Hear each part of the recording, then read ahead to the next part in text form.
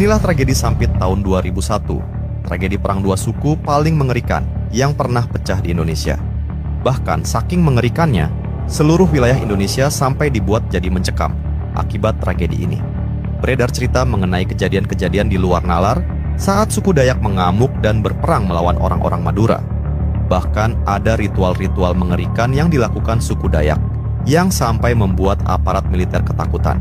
Dan apa yang menyebabkan pecahnya tragedi ini ternyata berawal dari hal yang tak pernah disangka-sangka sejak zaman Belanda.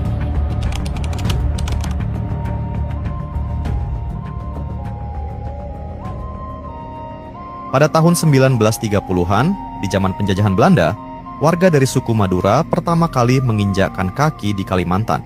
Program itu dijalankan pemerintah Belanda untuk pemerataan jumlah penduduk di seluruh wilayah Indonesia yang dijajah. Awalnya jumlah warga Madura yang ada di Kalimantan terbilang sedikit, sehingga semuanya berjalan aman-aman saja. Orang-orang asli Kalimantan, terutama dari suku Dayak, dikenal dengan keramahannya terhadap para pendatang. Bahkan di beberapa wilayah Kalimantan, orang-orang Dayak akan menyambut para pendatang, kemudian memperlakukan mereka sebagaimana keluarga sendiri. Kebiasaan suku Dayak tersebut bahkan masih bertahan sampai saat ini. Menyambut, melayani, dan merangkul para pendatang yang menginjakan kaki di tanah leluhur mereka. Namun masalah perlahan-lahan mulai muncul ketika jumlah populasi orang-orang Madura di Kalimantan semakin bertambah. Sekitar tahun 90-an, populasi suku Madura sudah mencapai 21% di wilayah Kalimantan Tengah.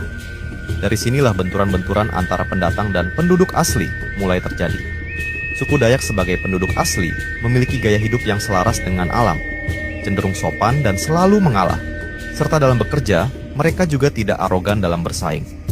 Bahkan banyak di antara sesama suku Dayak yang memiliki mata pencaharian atau bisnis yang sama, namun justru saling membantu dan mendukung satu sama lain.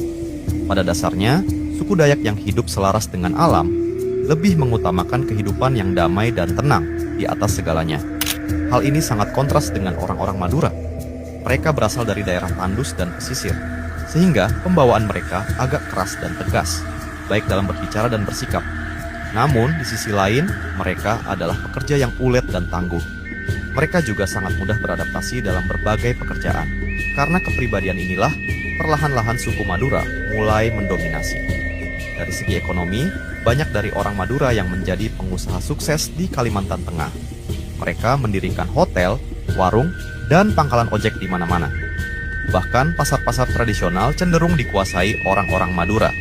Demikian juga dari segi politik. Karena memiliki perekonomian yang lebih maju, orang-orang Madura bisa